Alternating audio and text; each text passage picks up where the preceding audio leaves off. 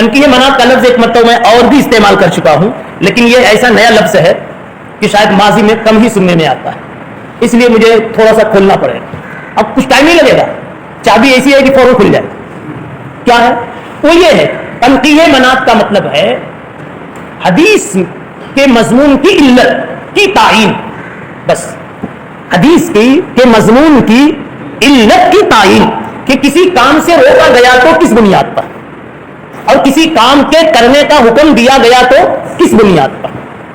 علت کی تعین میں مجتہد کے خیالات اور مجتہد کے اجتہادات متعارض ہو گئے تو وہ مسئلہ مشتبہ ہو گیا. جیسے الحنطہ بالحنطہ، کیا البر بالبر والشعیر بالشعیر والی حدیث میں کسی نے کوئی علت نکالی ہے، کسی نے کوئی علت نکالی ہے، اس لیے ائمہ کا اس میں اختلاف ہو گیا. آپ نے قدوری اور ہدایہ میں اس کو سمجھا ہے. تو اشتباہ ہوتا ہے کبھی کس کی وجہ سے؟ تعارض ادلہ کی وجہ سے، اور کبھی تنقیح منات کی وجہ سے. نمبر 3، کبھی تعدد جہتین کی وجہ سے. کیا مطلب؟ کسی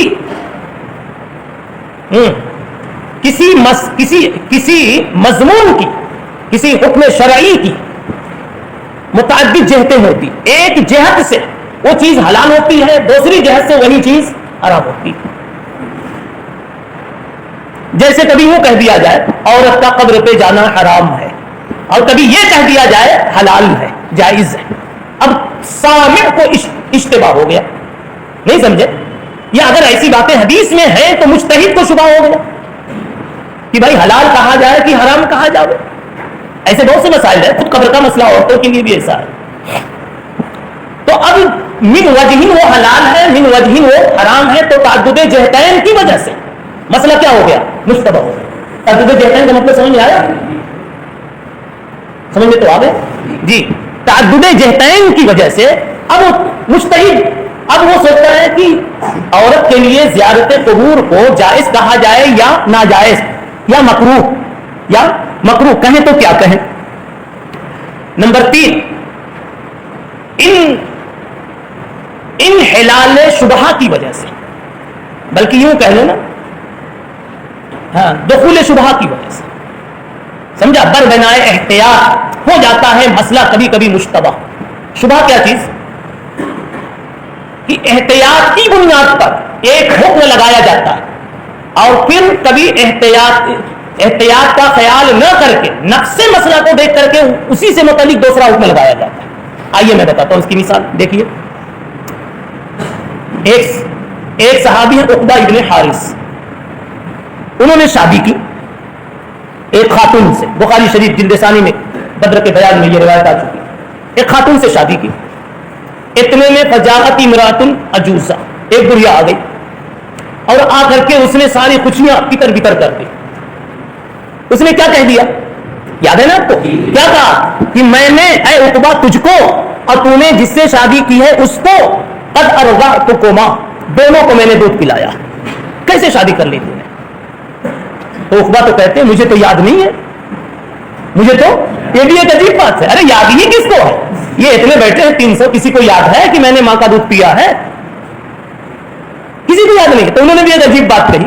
بہرحال ان کا مقصد تھا نفی کرنا کہ آج تک تو کسی نے بتایا نہیں. یاد بول کر کے نفی مقصود ہے کہ آج تک تو تم کو بھی نہ آئی، نہیں سمجھے، اور کسی نے بھی کچھ نہ کہا. پھر یہ مسئلہ آیا الی رسول اللہ صلی اللہ علیہ وسلم، تو اللہ کے نبی صلی اللہ علیہ وسلم نے بس اتنا کہہ دیا ففارقھا، اے عقبہ چھوڑو، یہ سچی ہے کہ جھوٹی ہے، گواہ ہے نہیں ہے، یہ سب آپ نے کچھ نہیں کیا. بس کیا کہا؟ ففارقھا، تو اس سے الگ ہو جائے، دوسری کر لے.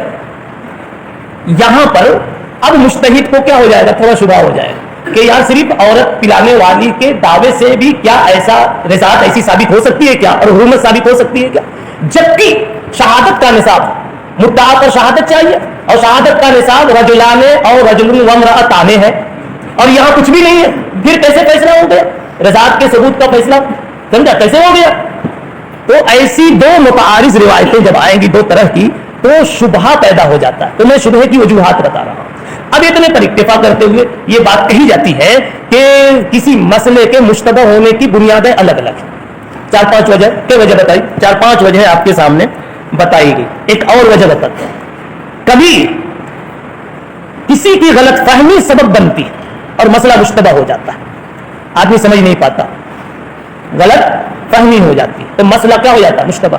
اس لیے رسول اللہ صلی اللہ علیہ وسلم نے کہیں کہیں غلط فہمیوں کا بھی ازالہ کیا ہے. جیسے آپ نے سنا ہے کہ ایک مرتبہ اعتکاف کے ایک مرتبہ مسجد نبوی میں رسول اللہ صلی اللہ علیہ وسلم تھے مسجد, اور اس وقت حضرت صفیہ رضی اللہ تعالی عنہا آپ کی زوجہ مکرمہ آپ کے پاس تھی, رات کا وقت تھا, اندھیرا تھا. دو صحابی آئے اور دور ہی سے واپس چلے گئے تو حضور پاک صلی اللہ علیہ وسلم نے ان دونوں کو آواز دیا اور کہا انہا صفیہ انہا زوجتی صفیہ, اے بھائیو یہ میری بیوی صفیہ ہے, اب جاؤ. کیا کیا آپ نے, شبہ دور کر دیا کہ نہیں دور کر دیا. تو کبھی کبھی اس طرح سے غلط فہمی کا ڈر ہوتا ہے اور کبھی کبھی کیا ہوتا ہے, راوی کے کسی بات کے سمجھنے میں دھوکا ہو جاتا ہے. جیسے ابھی ترمذی شریف میں امامے کے بارے میں کہ آپ صلی اللہ علیہ وسلم نے امامہ صحیح کیا سر پر مسح کرنے کے بعد, اور سننے والے نے دیکھنے والے نے یہ سمجھا کہ سر پر امامے پر مسح کیا ہے. تو یہ مشتبہ ہونے کی کچھ علت کی چند وہ آپ کے بتائے گی. البتہ ایک بات یہاں بطور تنبیہ کے یاد رہے کہ کوئی مسئلہ ان وجوہات سے تو مشتبہ ہوتا ہے, وساوس سے مشتبہ نہیں ہوتا. خام خواہ کا آپ کو شبہ ہونے لگے یہ جو دودھ بیچ رہا ہے, یہ جو گوشت بیچ رہا ہے, پتہ نہیں بسم اللہ پڑھ کے ذبح کیا تھا کہ نہیں کیا تھا, خود کیا تھا کہ اس کا نوکر جو غیر مسلم ہے اس نے کیا تھا. ارے جب مسلم کے ہاتھ سے آ گیا تو اصل یہ ہے کہ بسم اللہ وہاں مان لی جائے. اب ہم کو وسوسہ کر کے شبہ نہیں کرنا چاہیے. تو وساوس نہیں, وساوس کی بنیاد پر جو اشتباہ ہو اس کو مشتبہ نہیں کریں. دوسری ایک اور بات یاد رکھیں کہ اس سے عوام کا اشتباہ نہیں مراد ہے, مجتہدین کا اشتباہ مراد ہے. مطالعہ ہم نہ کریں اور کہیں کہ اس مسئلے میں ہم کو شبہ ہو رہا ہے اس لیے حرام نہیں کہا جا سکتا, اور کھا لیں گے, نہیں سمجھے. جیسے تراویح کے پیسے میں آپ نے ڈھنگ سے مطالعہ نہیں کیا, نہیں سمجھے, اور پھر آپ کہہ دیں ہم کو تو حرام نہیں لگ رہا ہے.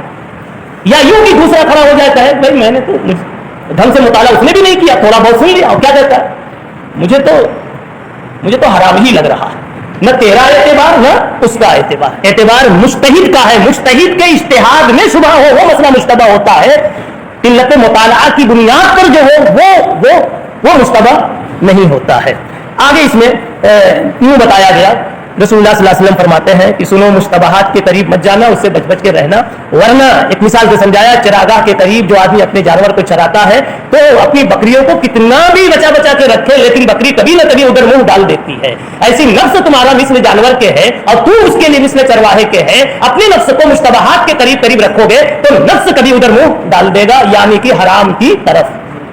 پھر آپ نے فرمایا کہ الا ان لکل ملک حمل الا ان حم اللہ فی ارضہ محارمہ.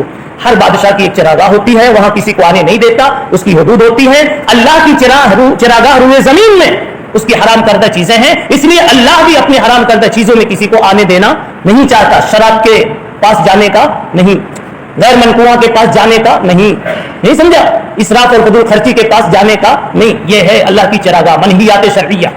اور پھر دل کے بارے میں جو حدیث مشہور ہے وہ یہ الا وان فی الجسد مضغہ اذا صلح صلح الجسد کلہ. پھر کسی اور موقع پر وقت پورا ہو گیا. سبحان اللہ.